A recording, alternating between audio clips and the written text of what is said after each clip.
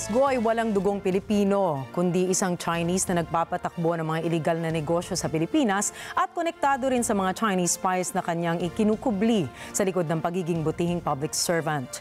Yan ay ilan sa mga bintang kay Mayor Alice Go, ang kasalukuyang alkalde ng Bamban, Tarlac. Kamakailan lang ay binusisi natin ang tungkol sa pagkatao ni Bamban Mayor Alice Go. Ngunit sa paghahanap natin ng kasagutan ay nauwi man din tayo sa mas marami pang tanong sa kung sino nga ba talaga itong taong ito. Dahil ilang Senate hearing na ang nakalilipas, gayon din ang mga interview, ay tila pinapaniwala pa rin tayo na siya'y simpleng Filipina na lumaki sa isang babuyan. Pero habang unti-unti nating binubulat-lat ang kanyang pagkatao, bakit taliwas sa mga nalalaman natin sa mga sinasabi niya habang nasa Senate hearing? Hindi ba nakababahala na hindi siya lubusang kilala ng taong bayan at lalo na ng mga taga-Bamban kung saan siya ay mayor? Samahan niyo kaming alamin ang pasikot-sikot sa loob ng sinasabing network na kinabibilangan ni Alice Go Huaping. Unahin natin sa pagka-Pilipino raw ni Mayor. Simulan muna natin sa umpisa sa kanyang mga magulang. Kung maalala nyo dati, bahagyang tinalakay natin ang pagkatao ng mga magulang ni Alice Go, subalit noon ay wala pang lumilitaw na konkretong detalye patungkol sa pagkatao ng mga magulang na nakapangalan sa kanyang life birth certificate. Ngunit nitong mga nakaraang araw ay may mga nasagap tayong bagong impormasyon na galing mismo sa pinakabagong Senate inquiry at ibang concerned netizens na umano'y nakapagbibigay linaw o lead sa kaso. Noong unang hearing ay maaalalang sinabi ni Go na hindi niya kilala ang kanyang ina. Dati rin ay prinisinta natin ang umano'y ebidensya ng isang sinasabing mommy patty na sinubukan nilang itawid bilang nanay ni Mayor. Samantala sa huling Senate hearing ay napag-alaman natin na ang nakapangalang biological mother ni Mayor ay si Amelia Leal na kasambahay daw nila noon sa kanilang farm. Ayon din sa isang exclusive interview ay anak daw siya ng kanyang ama sa kasambahay nito at kanya raw itong itinago sa Senate committee dahil siya umano ay nahihiya. Pero hindi ba marapat na kung ang isang tao ay nakaharap sa hukom ay kanya nang isiwalat ang lahat ng impormasyon patungkol sa kanyang sarili kaysa sa ibang panayam pa kung saan bahala ang taong humusga.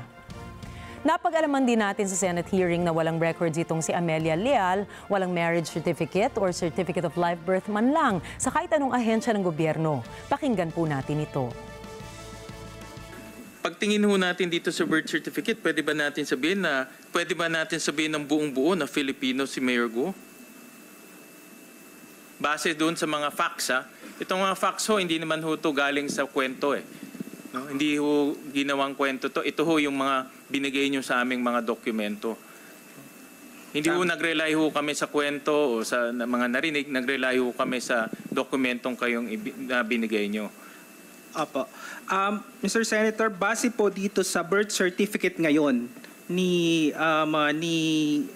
Mayor Alice Guo, ang nakalagay po dito, ang mother po niya ay Filipino, which is who is Juan Amelia Leal. Pero hindi natin mahanap yan, di ba? Hindi siya pinanganak dito Wala tayong birth certificate Wala nga po tayong birth certificate noon. At ang kanyang father ay Angelito Guo, na dineclare din po nung tatay niya, na siya din po ang informant, by the way, ng ano. Alam na, na-establish natin yan na hindi totoo yun by the mere admission ni Mayor Go. Di ba? Ang records nitong si Amelia Leal ang magpapatotoo pa naman sana ng palaging bukang bibig nitong si Alice Go na isa siyang Pilipino. Hindi rin nakatulong na si Angelito Go na sinasabi niyang kanyang ama ay nagngangalang Jian Zhong Go pala. Ang mas nakababahala pa rito ay napansin nitong si Jian Zhong Go ay posibleng nagsilbing honorary advisor ng Philippine Chow Dai Organization. Nakonektado naman sa mas malaking Chow Dai Go Clan Association na nakabase sa Jinjiang Town sa Fujian, China. Pero bakit nga ba ito mahalaga? Ayon kay David Zhang na host ng isang podcast na China Insider, may isang pahayagan sa Fujian na naglabas ng pagbati kay Mayor Alice Go sa pagkapanalo nito bilang alkalde ng Banban na bukod sa pagbanggit ng family pride ay pinangalanan din ng Hong Kong Chow Dai Organization pati ng Philippine Chow Dai Organization kung saan nga ay sinasabing advisor itong si Jian Zhong Go.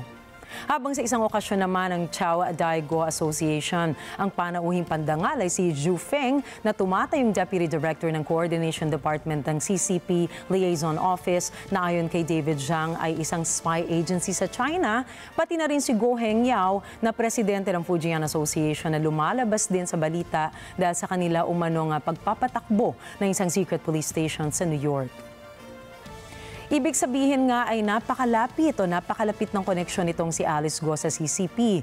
Maaring hindi siya ang mismong espiya, ngunit ang mga koneksyong malapit sa kanya ay mga espiya. Ngayon, kung ang tanging dokumento mo ay questionabling birth certificate at lumalabas na mga unaccounted for ang iyong ina na ang sabi mo ay Pilipino, habang Chinese naman ang passport ng tatay mo, di yata't mahirap na mapatunayang Pilipino ka. Maaaring wala siyang koneksyon sa CCP, hindi siya espiya, ngunit sa pagtatago niya sa kanyang ama sa ngalang Angelito Go, hindi kaya posible ang tunay na pagkakakilanlan ng ama niya ang itinatago niya sa mga mamamayang Pilipino? Dumako naman tayo ngayon sa pagigian niyang simpleng tao niya. Lumaki raw siya sa farm at di umano'y homeschooled buong buhay niya. Walang naging kaibigan at nagbebenta lamang ng fattener sa mga kalapit na farm. Ngunit taliwas ito sa nakikita natin sa mga nailabas ng Expose Philippines na pamumuhay ni Mayor, magmula sa mahaling kintas, mga bag at iba pang mga kagamitan. Sa taong namumuhay ng simple, hindi yata akma ang paggastos ng milyong-milyong piso sa iba't ibang bagay. Gaya na lang halimbawa ng isang chopper na tinalakay natin noong una na kanyang naibenta na raw sa isang British company. At rider din pala itong si Mayor Alice Go, ha. Makikita po natin siya rito sa litrato sakay ng Harley-Davidson Fatbob 114 na nagkakahalaga ng 1.4 million pesos. O baka naman po ito ay hindi kanya. May isa ring video nakitang nagmomotor itong si Mayor gamit ang isang Can-Am Spyder RT Limited na nagkakahalaga naman ng 1.7 million pesos. Pero baka hindi rin po kanya ito, ano po. Habang ang isang McLaren 620R na itinanggi ni Mayor Alice na kanyang pagmamayari ay isa palang Dongfeng utility vehicle lamang. Ngunit alam ba ninyong ito ang kaisa-isang McLaren 620R na namataan sa bansa? Saan nga ba lumitaw ang McLaren 620R na modelo dati? Ngayon, maaari ngang nagsimula ang negosyo ni Go sa isang simpleng babuyan, ngunit nakalimutan man din niyang ilabas ang iba't iba pa niyang negosyo. Sa dami ng negosyong lumutang ay ang burdahan at QJJ Meat Shop lang ang kanyang idineklara noong unang Senate inquiry na para bang tipid na tipid ang inibahagi o binahagi niyang impormasyon. Ano negosyo ng tatay mo sa China? Fabrics po. Ano po? Fabrics, tela. Fabrics. Opo, may Magkano embroidery din kinikita po. niya? Your Honor, hindi na po niya natidisclose po sa akin. Okay, magkano binibigay sa'yo ng tatay mo? Sino mo nagbibigay ang tatay mo sa'yo? Opo, nagbibigay po siya sa akin. Umpisa po, 14 years old po ako. Every now and then po, nagbibigay po siya sa akin Magkano ng pera. binibigay sa'yo?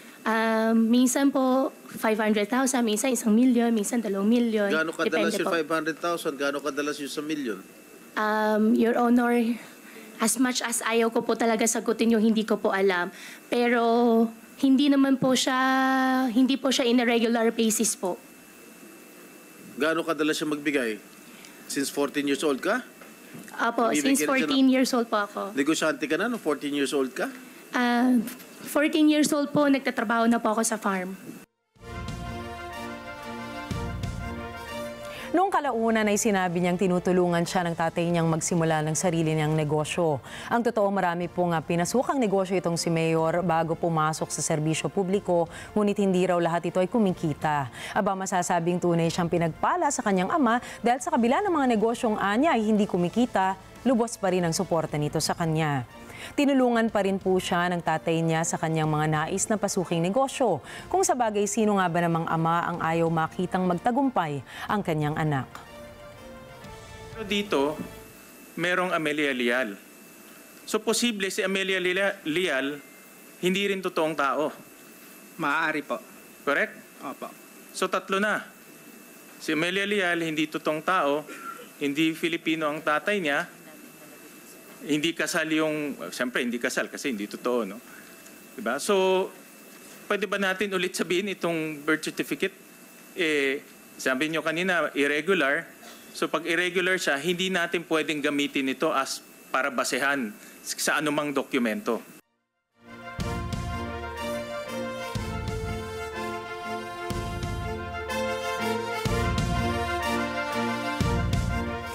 Binigyan daw siya ng seed money ng tatay niya upang mabili ang kasalukuyang kinatatayuan ng Baofu Compound, lugar na ayon sa kanya ay nabili niya ng hulugan na pinaghihinalaan namang isang scam center at isang drug den.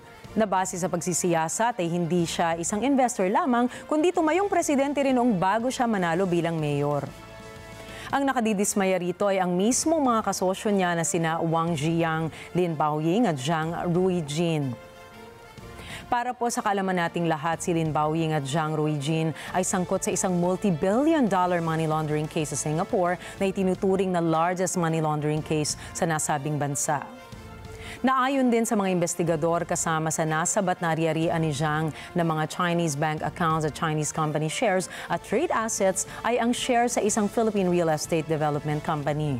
Bagay na ayon kay Go ay napag-alaman lang din daw niya noong Senate hearing.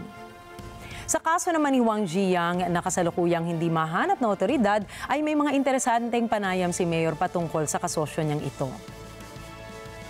On record, partner mo, isang fugitive.